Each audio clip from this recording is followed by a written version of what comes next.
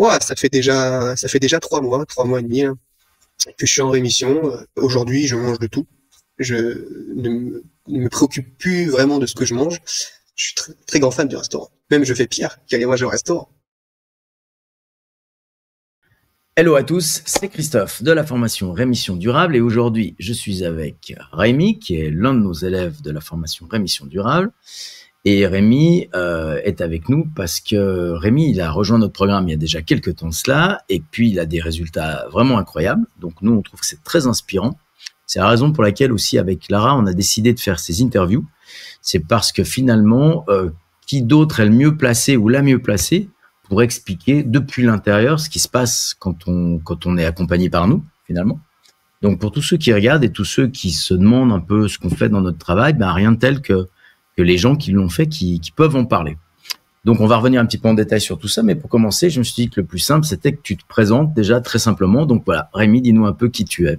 Bonjour Christophe, bonjour à tous. Voilà, bon, moi je m'appelle Rémi, j'ai 21 ans, je suis encore étudiant à l'école de marine marchande française dans le but de devenir officier polyvalent de la marine marchande.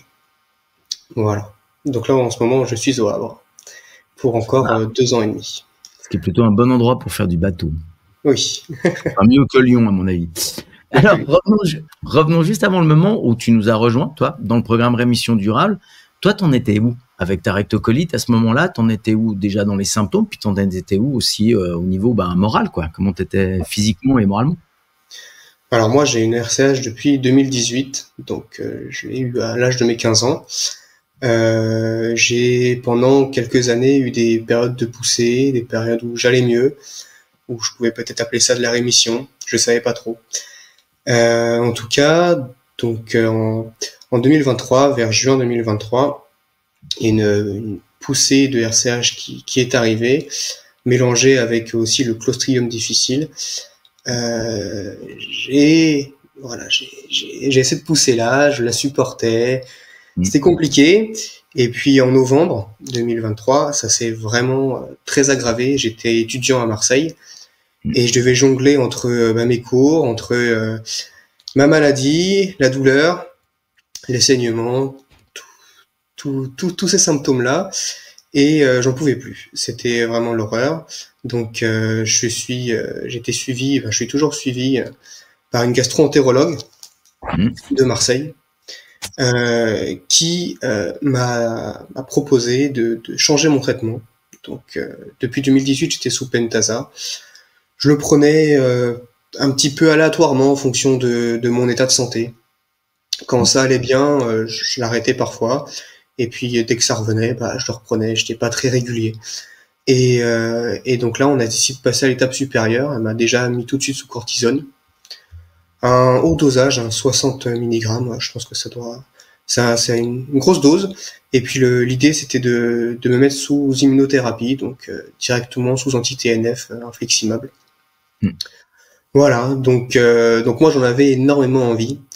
C'était un peu la solution très efficace que ma gastro me conseillait. Et puis moi j'avais qu'une envie, c'était d'aller mieux, donc je fonçais, j'ai foncé là-dedans. Et puis j'ai fait la batterie de vaccins pour pouvoir s'y préparer.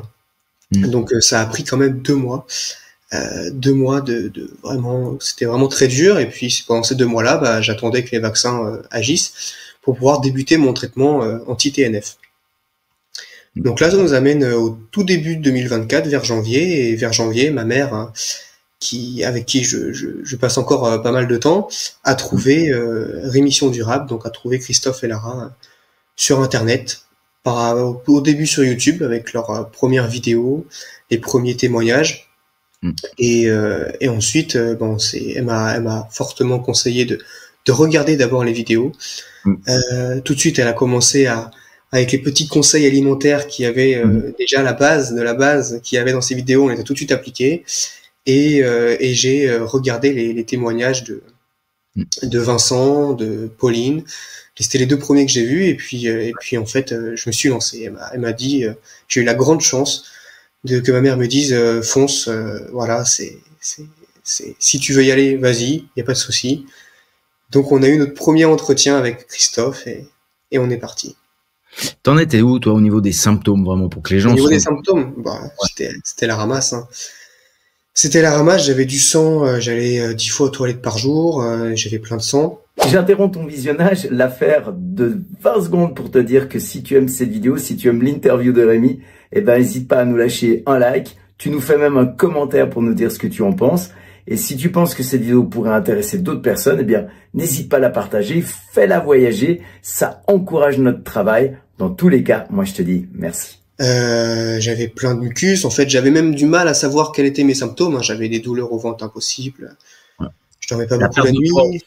Je me rappelle, je faisais presque un peu moins de 50 kilos. Ouais, c'était léger. Et puis j'avais des gros symptômes. Je n'osais plus sortir de chez moi, en fait. J'étais à Marseille et puis je restais enfermé dans mon appartement. Heureusement que l'école était tout près, mais pour faire un trajet d'une demi-heure en bus, je m'arrêtais 4 fois. J'avais spoté sur mon chemin toutes les toilettes dans lesquelles je pouvais m'arrêter. Et à chaque fois, je m'arrêtais dans cette toilette là. Donc, on est plusieurs à avoir connu ça. Je n'osais plus sortir de chez moi. Voilà. Ouais. Mais alors toi, qu'est-ce qui t'a donné le déclic? Qu'est-ce qui t'a décidé de nous rejoindre, en fait? Le déclic, eh ben, je l'ai eu avec les témoignages de Vincent et de Pauline. Ces 2 témoignages-là qui m'ont vraiment touché.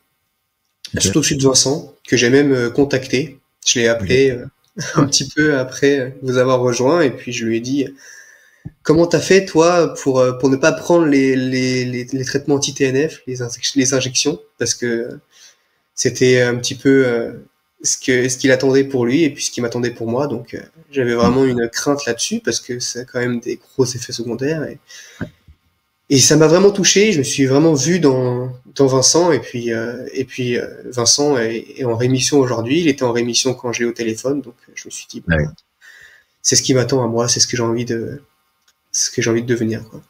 Alors que nous, on recommande jamais de ne pas prendre de traitement. Nous, c'est pas notre politique. Ce qu'on fait, ça n'a pas pour objectif d'encourager les gens à ne pas prendre de traitement. Toi, t'es arrivé parce que tu voulais pas prendre de traitement, donc tu t'es dit tiens, je vais essayer. Et puis j'étais aussi sous cortisone à ce moment-là. Ouais, bien sûr. En attendant, entre le Pentasa et les anti-TNF, j'étais sous cortisone. Donc j'ai commencé avec un traitement.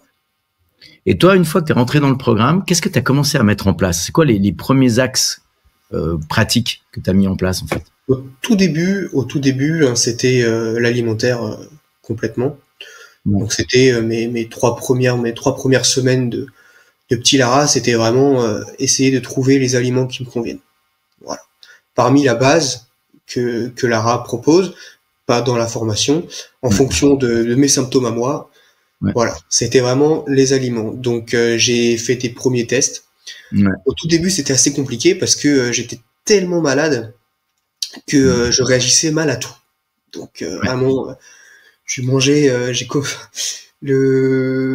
même les protéines animales, j'ai supporté pas.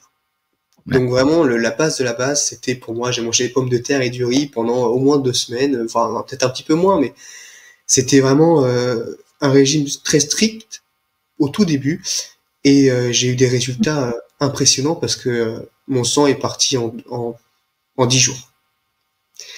C'est le premier symptôme qui a disparu. Le premier effet que j'ai pu voir, c'est le sang qui est parti très vite. Il est un petit peu revenu ensuite. Ça n'a pas été radical directement, mais c'est la première évolution que j'ai eue. Et ensuite, au fur et à mesure du temps, parce qu'il en faut du temps pour pouvoir remonter de là où j'étais rendu. Parce que toi, t'étais parti de loin, toi. J'étais loin. Bon, il y a pire, il y a toujours pire, mais j'étais déjà très loin. Ouais. Et donc ça prend du temps. C'était du travail, mais les effets ont été vraiment directs. J'ai pu voir vraiment le sang disparaître assez rapidement, le nombre de selles diminuer drastiquement. J'étais à 10 au moins minimum, voire je les comptais plus. Et puis elles ont commencé à diminuer. C'est quand même un nombre assez important qu'aujourd'hui je ne supporterais pas, mais c'était quand même du mieux. Il y avait du positif. Je le voyais comme ça. Et puis les symptômes, les selles ont pris une consistance beaucoup plus normale au fur et à mesure, au bout du temps. Et puis mon régime, tous les aliments qui me conviennent aujourd'hui, que je mange encore aujourd'hui, je les ai pu les définir au fur et à mesure des semaines et des mois passés ensemble. Qu'est-ce qui marche le mieux pour toi, en fait? Comment est-ce que tu fais pour te maintenir en rémission maintenant? Eh ben, il y a plusieurs choses. Aujourd'hui, je mange de tout. Je ne me préoccupe plus vraiment de ce que je mange. J'ai une base qui est très solide, qui me fait énormément de bien, que je mange quand je sens que j'en ai besoin. Donc, je sais repérer vraiment les symptômes, le début des symptômes qui sont qui sont un petit peu anormaux, mais finalement que tous les gens ont, mais qui n'arrivent pas à s'en rendre compte. Donc, j'arrive à repérer tout ça, et puis je me dis bon bah, je passe quand même je suis encore étudiant, donc j'ai quand même beaucoup de repas où je mange seul, et puis et ben là j'y vais à fond quoi. Je me dis bon bah là, je mange vraiment ce qui me fait du bien, des pommes de terre, du poulet, de la viande, du poisson, beaucoup de protéines, des œufs, du riz. Et c'est ce qui me convient à moi. C'est qui peut ne pas convenir à tout le monde, parce que c'est vraiment quelque chose qui est vraiment sur mesure. Et c'est un régime qu'on travaille, qu'on arrive à se créer. Et, ah ouais, ça c'est un point important justement. Voilà. Est-ce que toi, est-ce que tu as le sentiment justement que dans cette formation, tu as pu faire du sur-mesure? Parce que souvent les gens pensent qu'en fait c'est un truc qu'on applique et qui est valable pour tout le monde. Ah non, non, ça c'est pas possible. Il n'y a pas de recette miracle qu'on obtient dans sa petite boîte aux lettres et puis qu'on va faire réchauffer tous les midis et tous les soirs. Ça Donc n'existe toi, pas. donc toi, tu as le sentiment que tu as été accompagné vraiment de manière personnelle? Bien sûr.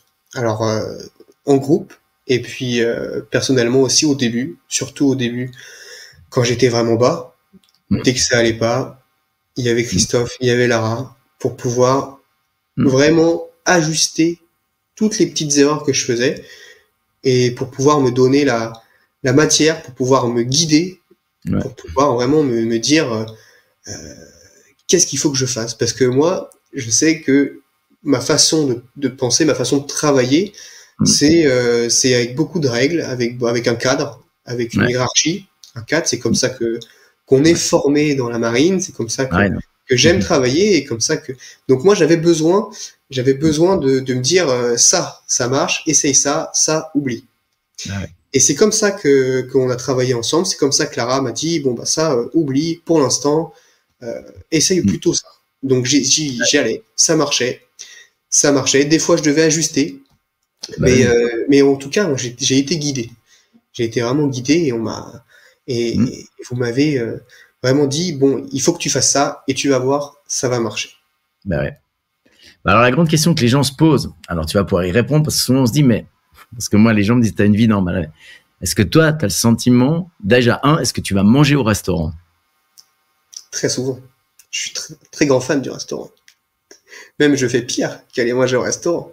Quand je suis à bord, parce que j'ai navigué cet été, je renavigue bientôt, on est au restaurant matin, midi, soir.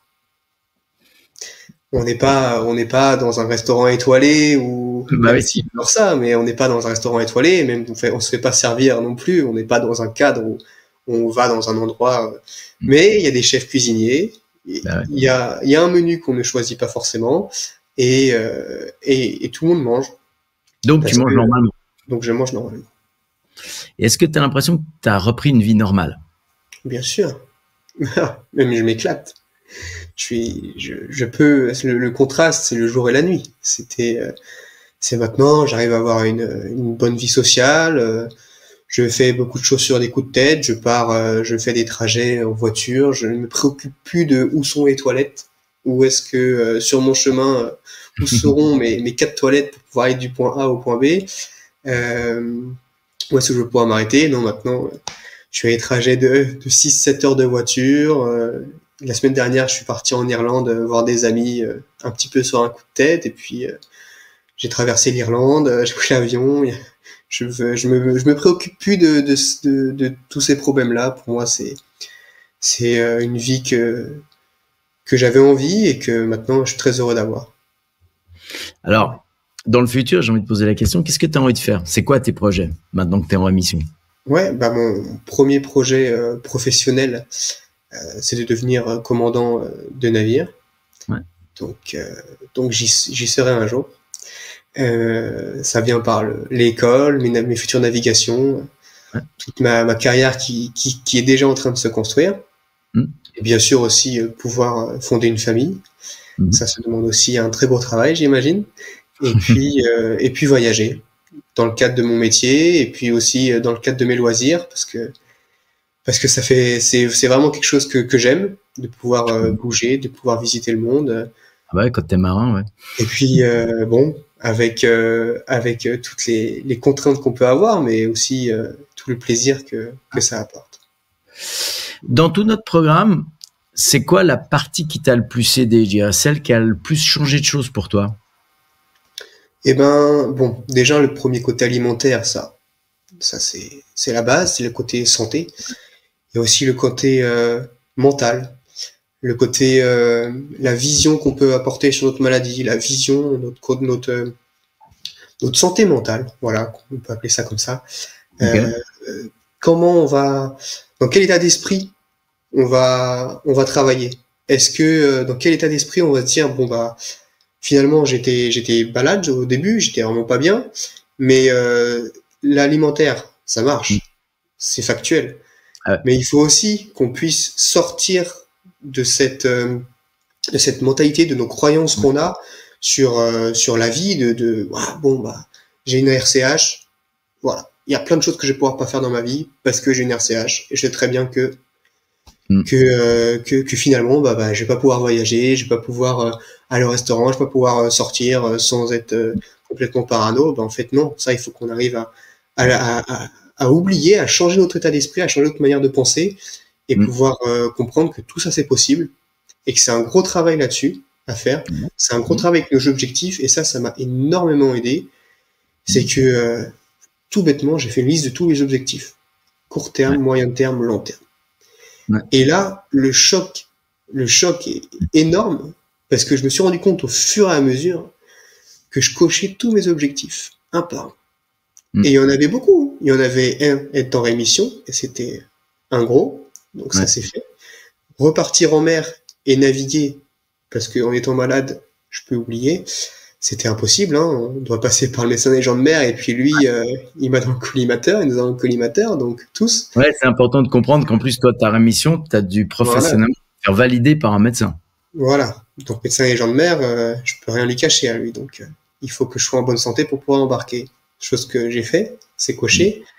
Quelques d'autres comme réussir une année scolaire ou plein d'autres objectifs, partir en vacances, pouvoir voyager, pouvoir retourner au restaurant. Ça, c'est des petits objectifs qui sont moins importants, mais quand même qui ont leur plaisir et leur satisfaction derrière. Et donc, il y en a plein d'autres. Il y en a d'autres qui arrivent et que je cocherai bientôt. Est-ce que tu as le sentiment, avec le recul, des fois, moi, quand j'ai des entretiens avec des gens qui ont la rectocolite, qui sont vraiment dans le dur, j'essaie de leur faire passer le message que moi, avec le recul, même si moi, j'ai carrément failli en mourir, hein, parce que voilà, dans mon historique, la rectocolite, comme j'ai refusé de me faire opérer, ça a tellement dégénéré que je me suis retrouvé dans une unité de soins palliatifs. Mais avec le recul, je me rends compte que j'ai beaucoup de gratitude d'avoir vécu toutes ces épreuves, parce que l'homme que je suis devenu aujourd'hui, pour rien au monde, j'aimerais redevenir celui que j'étais avant. Oui. Même si j'ai beaucoup souffert, mais finalement, j'ai réussi à avoir de la gratitude pour la rectocolite en me disant, ben voilà, cette contrainte, elle m'a obligé à me dépasser et à me transformer. Est-ce que toi, tu as ce sentiment-là aussi? Ça commence à venir, ouais. Ça vient. Au fur et à mesure. Bon. Parce que j'ai pu apprendre énormément. Donc c'est la rectocolite hémorragique, bien sûr, hein, qui m'a obligé à me rendre compte au bout d'un moment que il faut que je m'arrête, quoi. Il faut ça met un bon stop et c'est grâce à elle, voilà, qui m'a dit un jour bon bah là Rémi, arrête, quoi. Là de toute façon tu peux plus aller, quoi. Il faut que tu fasses autre chose, il faut que tu te calmes, il faut que tu prennes du temps pour toi et que tu te soignes. Et c'est sûrement